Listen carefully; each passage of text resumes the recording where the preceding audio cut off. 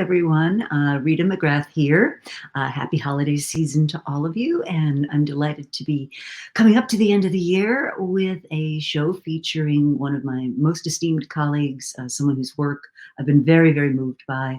An emeritus faculty member at the University of Massachusetts at Lowell and director of the Academic Industry Research Network, William Lazonick. So welcome, Bill.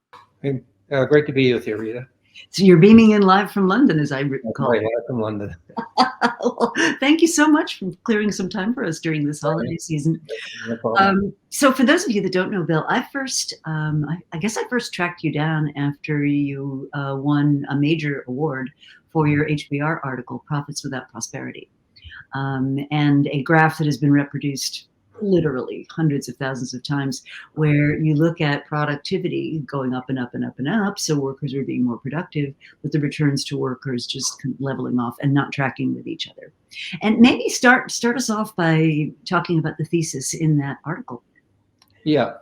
Well, okay. So if we start at a kind of a macro level, we know there's certain things we know. We know that since the late 1970s, early 1980s, inequality has become greater and greater in the United States. And there's a lot of reasons for that. But I would argue that the prime reason is that the corporate economy has become hugely financialized, in the sense that the profits that the companies are generating, and these are innovative companies, get grabbed by people who claim that they belong to them. And they're basically, in general terms, shareholders. They got supported in the 1980s by economists like Michael Jensen and agency theorists who just assumed that shareholders were the ones who invested in companies, and the reasons why companies grew is they took risk, and therefore when the profits are there, they should claim the returns because they're then going to allocate them to other uses that are going to somehow create more value. Okay, basically, I could spend all the time going into the critique of that, and I won't, but it's nonsense, because they don't have a theory of innovation coming out of neoclassical economics, and I've written lots and lots of things on this. They not only don't understand innovation, they actually don't think that companies can innovate, because companies are inherently unproductive, and anything that you invest in is not going to work. So they have no idea where profits come from, where innovation comes from. But have in that kind of let's say lack of insight into how the economy actually works, they do think that the market allocates everything. This is the other thing you learn from economists, to its best alternative uses. So, Jensen's phrase was disgorge the free cash flow. Take that money out of companies and just put it somewhere else. And actually, the term disgorge was, well, where did that money come from? I mean, it shouldn't be there somehow. Well, it should be there because workers help to create those products. Often the government help back it with infrastructure and knowledge and various types of subsidies. Suppliers contributed to it. Distributors contributed to it. Even consumers contribute to innovation. So there's a lot of people in the economy who contribute to innovation, and actually public shareholders contribute at almost nothing. An example I'll give, because Apple is a company that is, I'd say it's the biggest corporate heist of the Treasury in history, $630 billion in stock buybacks since 2012, and they call it their capital return program. Okay, that's with another $150 billion in dividends. So that's all their capital return program. That's a totally ideological term. The only time Apple ever got money from the public stock market was in its IPO in 1980, $97 million. So when in 2013, when Carl Icahn decided to buy $3.6 billion worth of Apple stock, he then sold the stock about 30 months later for a $2 billion gain. Not 1 cent of that went to Apple.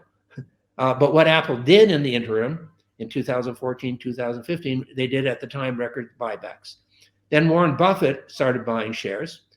So he and still holds most of the shares he bought, but it's about 10 times what Icon purchase on the market, $37 billion on behalf of Berkshire Hathaway.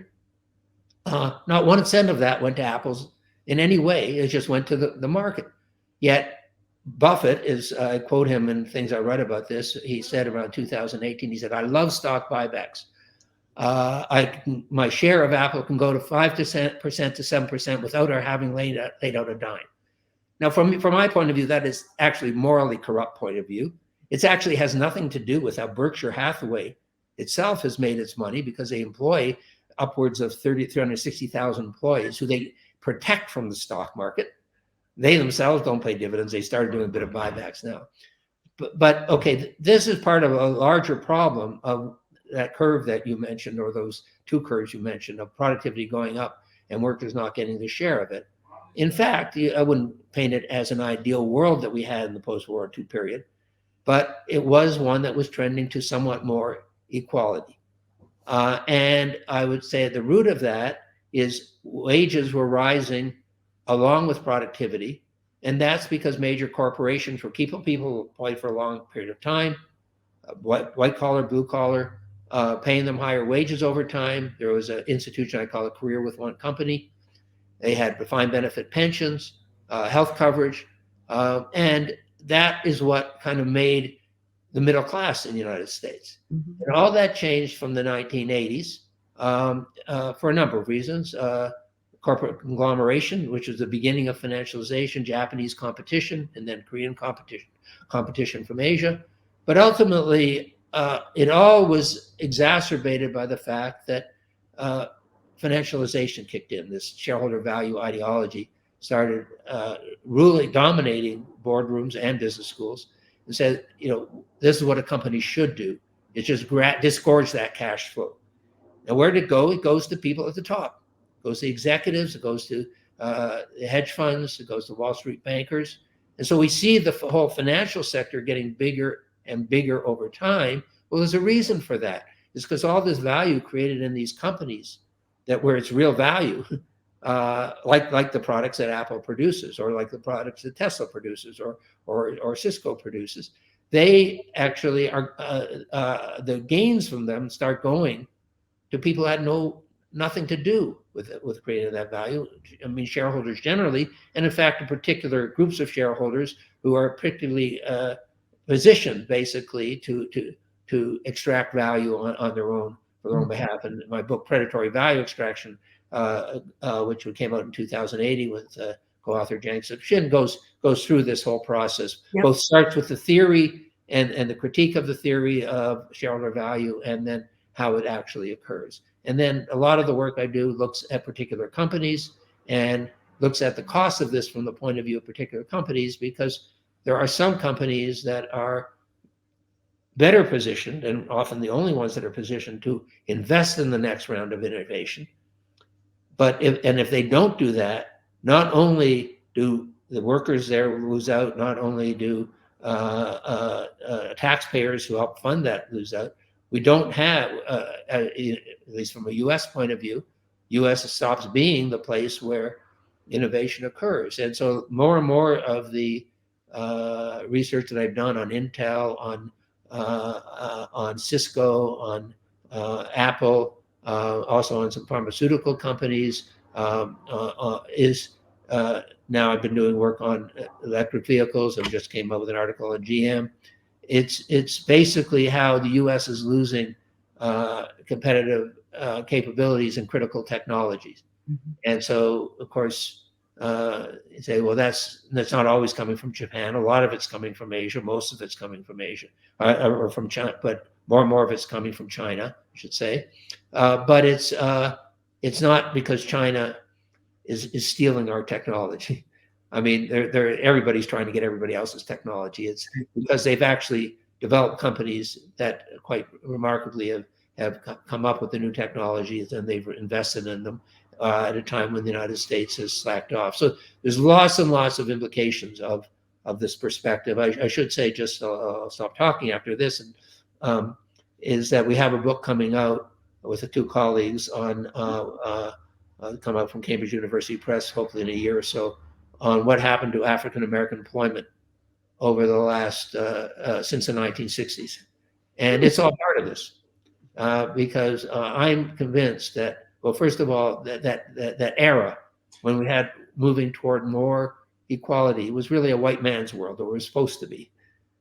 We documented that in the 60s and 70s, really at blue collar level, African Americans started getting much better jobs. There wasn't much immigration. There was still the demand for auto workers, etc. Those jobs started getting decimated in the 1980s. And although ultimately white blue collar workers paid the price of an economy that didn't really care about upgrading their education, ensuring a transition to, that would continue upward mobility, it started with the fact that it was black workers who could lose their jobs first. And that's what basically happened in the 1980s. Black life expectancy went down as a result of that. And of course, now more recently, it's been white life expectancy. And then we end up with things like Donald Trump, basically, because back at a time when US hegemony in manufacturing was being challenged, there wasn't what I call a retain and reinvest by the companies that could have done it. Mm-hmm. And there wasn't a more general concern in terms of government policy, Democratic and Republican, in ensuring upward mobility of the working class to middle class positions. And in fact, what we've had is downward mobility. So there's wide ranging implications, again, of looking at the world in this way. Well, so just for those of you that aren't familiar with the book, one of Bill's most recent books is called Predatory Value Extraction. And what it really talks about is the change in regime from what he calls retain and reinvest, where you keep the earnings and you invest them in your future, or you extract the cash and you distribute it to shareholders and other financially motivated executives. And there are some interesting examples of CEOs who flat out refused to take that role if the board insisted on continuing their buyback programs. And two that come to my mind were Pfizer and Intel. Yeah. So they're both interesting cases. I mean, Pfizer now, unfortunately, Albert Bourla, who was head of Pfizer, was just named somewhere as the worst CEO. But I don't, take that with a grain of salt. I mean, basically, Pfizer was one of the most financialized companies in the United States. Really from almost the 1980s, they grabbed on to the shareholder value ideology very quickly. They had an annual report in 1988 which showed a woman scientist in a lab, and it said innovation and shareholder value. And for me, that's you can't put the two together, but they took that. And so you can see that in the data. Merck was similar, particularly after 1995 when a guy named Ray Vagelos left, who was really pushing innovation there, that they have done sometimes 200% of their profits have gone to buybacks and dividends, often more or less evenly split. That means that they were laying off workers, selling assets, using up cash, borrowing money to keep their stock price up. Okay, now what happened around 2018 with Pfizer was that the model that allowed this was that they would acquire other large pharmaceutical companies and that had a lot of patent life left, let's say 10 years of patent of the 20 years on some blockbuster drug, and they would milk that dry so they would use that to prop up their stock price. The patent were expiring. They knew that this was going to happen. There weren't any other big acquisitions that they could get. They tried to go after AstraZeneca in 2014 and failed at that. And so they realized they had to invest in the pipeline. And so they decided, in appointing Albert Bourla as the new CEO, replacing Ian Reid, who had really been an accountant who was just focused on shareholder value. That's what they would do. And at that point, they did about $8.9 billion in buybacks just to keep everybody happy out there right at the beginning of 2019, but announced that they wouldn't do any more in 2019 and did that again in 2020. Now, how that would have worked out if the pandemic hadn't come along is another issue, but it did.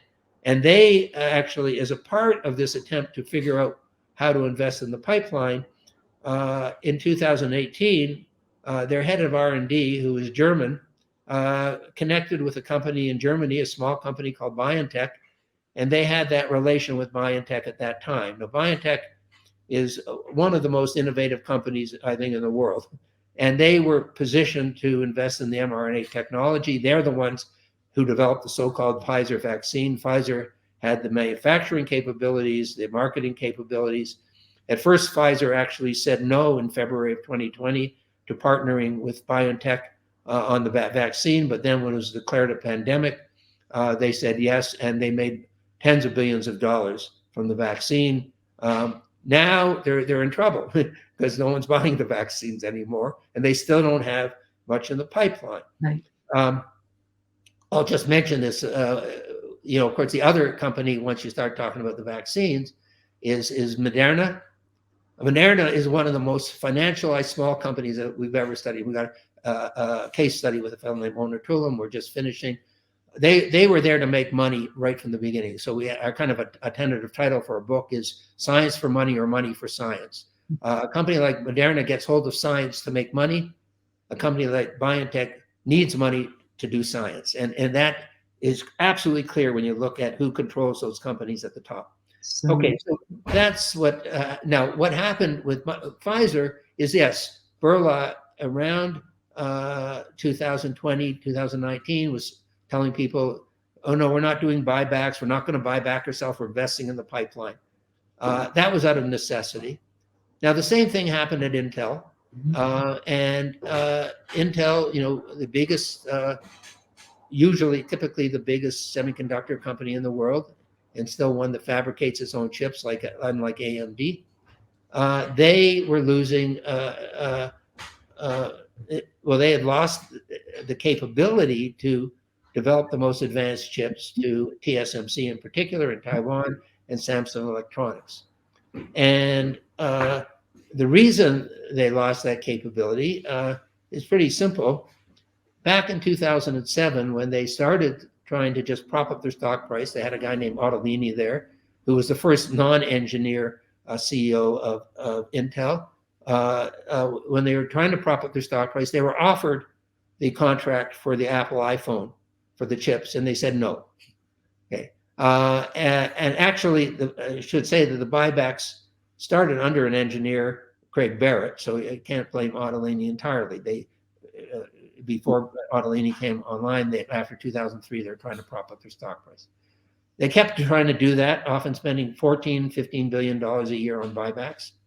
They might spend equivalent amount on capital expenditure and $10 billion on R&D. So it's not like they're not trying to invest. Mm-hmm. And here's important: it's not just the money. If you have, and I think, sure, Rita, I think it's one of the things you probably relate to in the work I do. It's not just the money. It's what you're doing with the company. Okay, so if you have someone whose job is at the top to just prop up the stock price, and that's what's important, they're not going to understand the learning process that's going on in the company. They're not going to really provide the leadership to invest in the capabilities and even to understand the capabilities that the company had. Well, Intel reached a point where it was actually vulnerable to hedge fund activists. It was pushing them to sell off their fabrication, to stop trying to do that stuff that they couldn't do very well anymore. And the board decided, no, we're not going to do that. And they got rid of a guy, Robert Swan, who totally was a financial CEO for Pat Gelsinger, who has a long history with Intel. He came there at the age of 19. In his, I think, 20s, he was or early 30s, and in the late 80s, he was in charge of microprocessor development at the time when Intel was becoming the world leader. He then went on to EMC and then became the CEO of VMware, and was brought back as the CEO in February of 2021. And he's quite clear in interviews he's given. He says that when he was offered the job, he went to the board, and the first thing he said was no more buybacks. I don't think he has the kind of critique I have about buybacks. I think he just saw it as a waste of money. But that's what he said, and he said it was conditional on him taking the job, no more buybacks. Yeah. And so they stopped doing them, and they've started to invest. and actually the stock price has gone down. But they're actually trying to innovate. Now, whether they'll succeed or not is another question. They're trying to get a lot of help from the government through the Chips and Science Act. So the CHIPS Act, yeah. Yeah, but they're trying to do it. And if they don't try to do it, they won't. And so and again, it's the problem with Intel knows how to manufacture chips, but they could not. They could buy, as they did, I think about 2020. Sorry.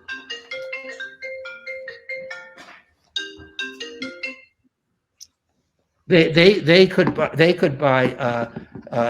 ASML's, 152 $1 million, $200 million machines. But they couldn't get them to work. You have to have an engineering labor force that work on them for years. I mean, it's hugely complicated, even once you have the machine, to get it to produce the chips with the yields and the quality that you need to produce the most advanced chips. Now, so we're getting a bunch of questions about how you balance the immediate need for pressure from the longer term, which I'd like to hold that for a minute. The argument I would make is that capitalism's just out of balance in this moment, right? And you're right. I mean, companies don't do innovation. I mean, I talk to companies all the time, and sometimes they look at me as though I've got two heads when I say, you need to make these investments now to have the growth coming later. So what's your perspective on remedies? Well, okay. First of all, I have to recognize the problem.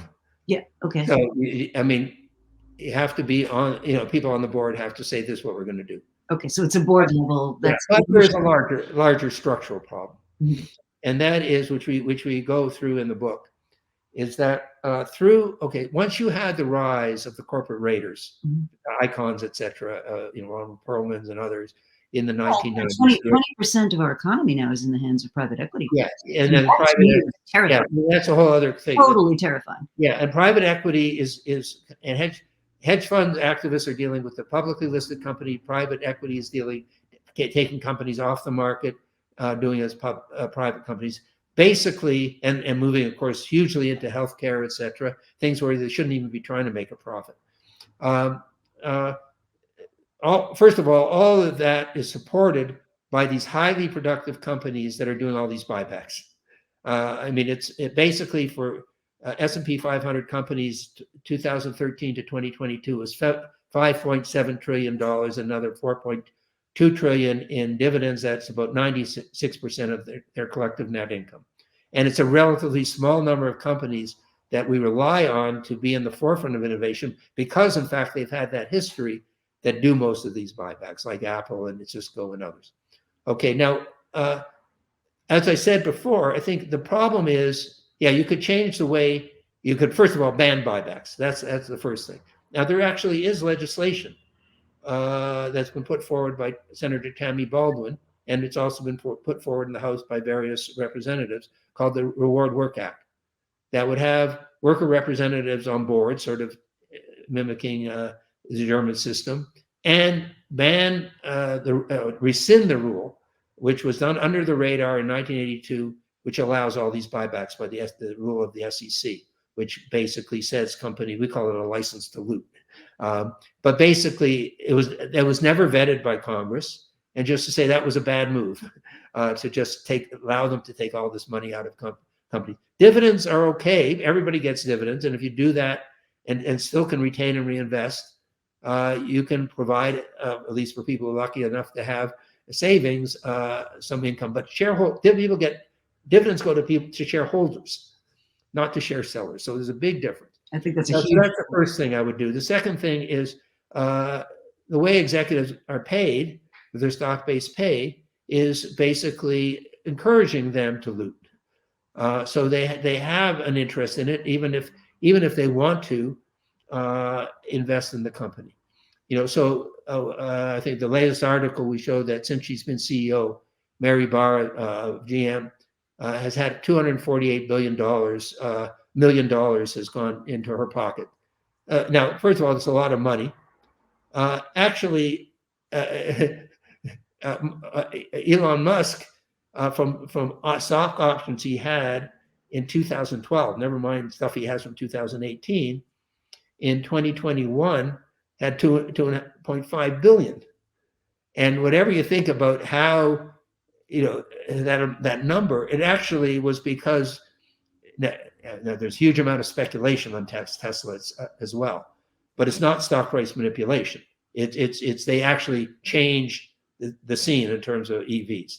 Okay, and they could have failed, and there are a lot of times they could have failed. So it's not like executives couldn't make money from innovation, but there's a big kind of incentive to just try to get that stock price up, like GM has tried to do with its buybacks recently. Now, but the other thing is that they are being pushed to do this by hedge fund activists. So basically, through a change in rules of how institutional shareholders vote, and really ultimately in 2003, the SEC said, if you run a mutual fund or pension fund, you have to vote the shares in your portfolio. They don't know how to vote. So they vote in one way or another. Now, if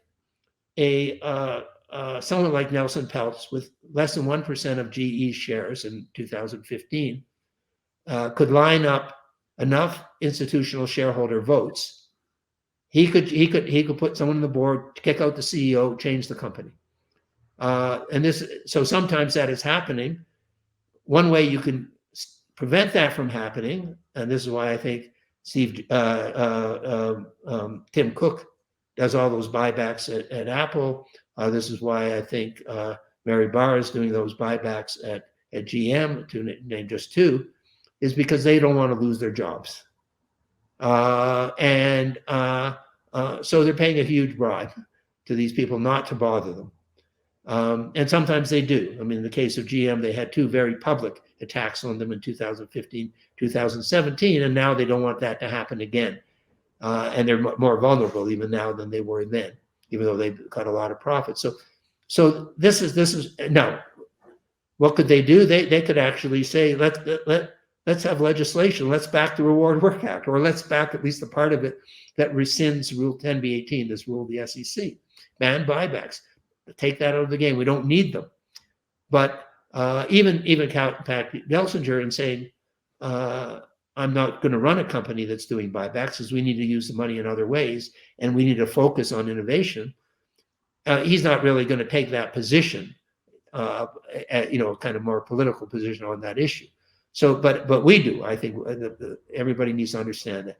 And then there's the problem with the tax system. We're often rewarding people who are taking money out of the companies rather than people putting money in.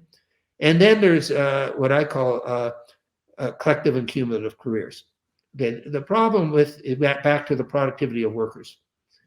You can't have the kind of blue collar productivity you had, coming into the 1980s and being able to afford to pay high school educated people who were working on assembly line, very high wages. Or you couldn't do that on a mass basis. I mean, the UAW has got pretty good wages for their workers, but there's a declining number of them. Okay, to do that, you really have to upgrade the whole labor force, and we could, and that's what the Asians have done, and we've stopped doing it. Bernie Sanders goes around saying we need free public education. We used to have free public education, higher education. People complain about student loans. Why did the government start charging extortionate amounts on student loans? The government in the 1980s, when we needed to get everybody more highly educated. Now, one reason is because immigration policy allowed the United States, to our great benefit, to their great benefit, to tap a highly educated Asian labor force. And Asians have generally done extremely well. If you look at tech companies and look at the professional workers in tech companies, the Asian people identify as Asian are maybe 6 or 7% of the U.S. population. They're 40 to 45% of the professionals at places like Apple, Intel, etc.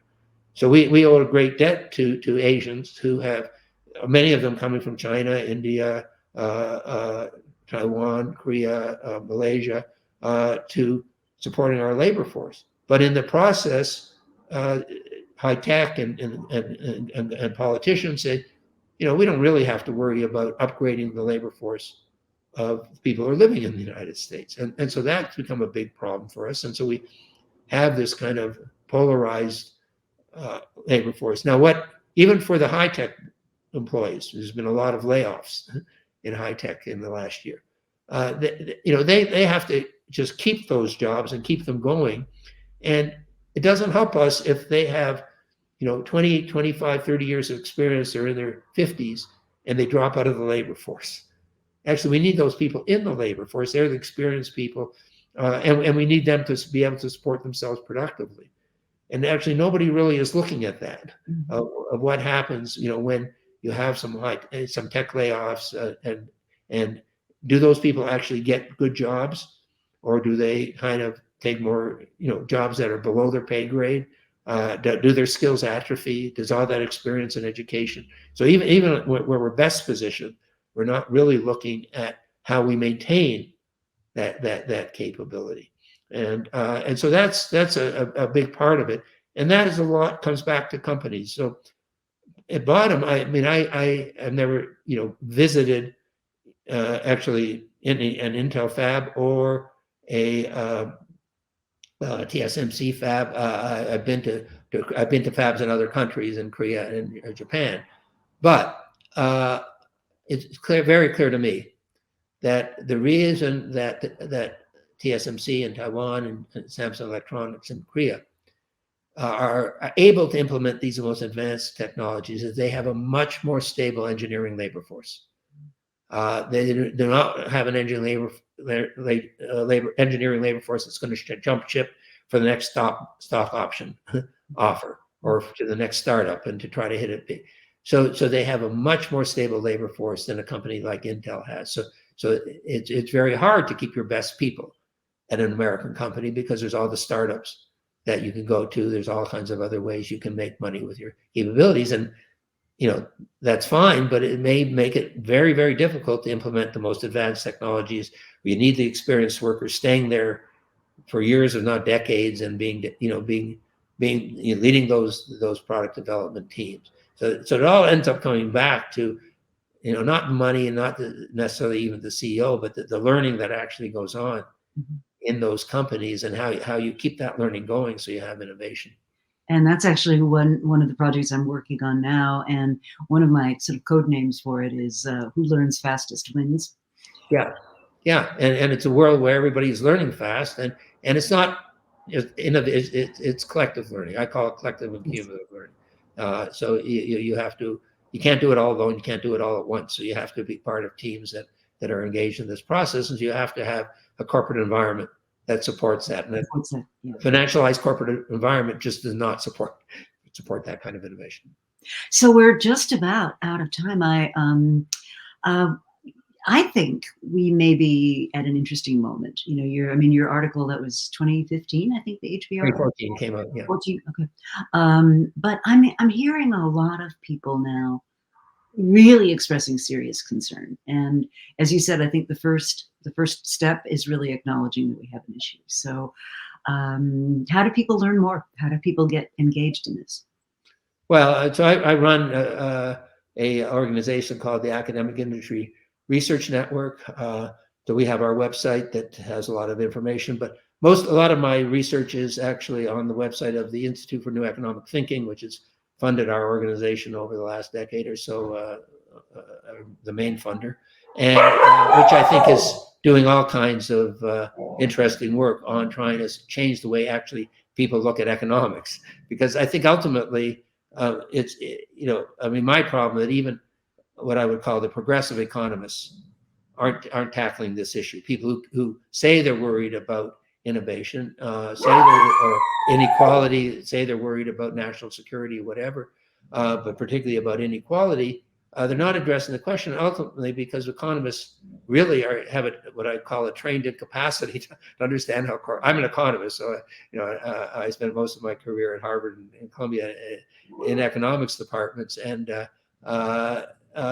economists do not. And I left ultimately because economists don't really understand how business operates. I think business schools obviously are a place where there's a huge amount, a lot more understanding. I spent a lot of time at INSEAD and at Harvard Business School, and I learned a lot there. But I think that the problem, with some exceptions, maybe I'm looking at one right now, is that when people become consultants, they lose a lot of their critical capacity. I mean, I don't know if you agree with that or not, but again, it's not everybody. But I think there can be a tendency for that to happen once a company wants to hear certain things. And and I don't actually work as a consultant. I work as a researcher, and I have people who work with me as researchers, and so our attempt is to educate and to actually, the more we delve into what's going on in particular companies, the more we realize there's a lot of things you can say if you don't know too much about what's going on in this company or that. So we actually learn when we start trying to figure out what's going on in companies, how they operate, perform, how there's often, I think this is really important. I think in any company that has a history of innovation and is in a position to make that next leap forward, but is also in a position like Apple to become highly financialized, there's a tension between innovation and financialization. So I think one of the things to do is support the people in those organizations who want innovation, who don't want financialization. And so, I mean, you see that quite starkly with Pat Kelsinger coming in to Intel, and I don't know what led to those board decisions, but it was a good decision in my point of view. It's not necessarily going to be successful in doing what they want to do, but at least they're trying. And that's much better than just giving this money away to people who have nothing and never made any investment in the company. Well, Bill, I think we're going to have to leave it there. Thank you so much for joining me. I always learn something new when I listen to you. So enjoy the holidays, everybody, and give this some food for thought. And perhaps we'll see some momentum around addressing these issues in 2024. Thanks all. Hey, Rita, thanks.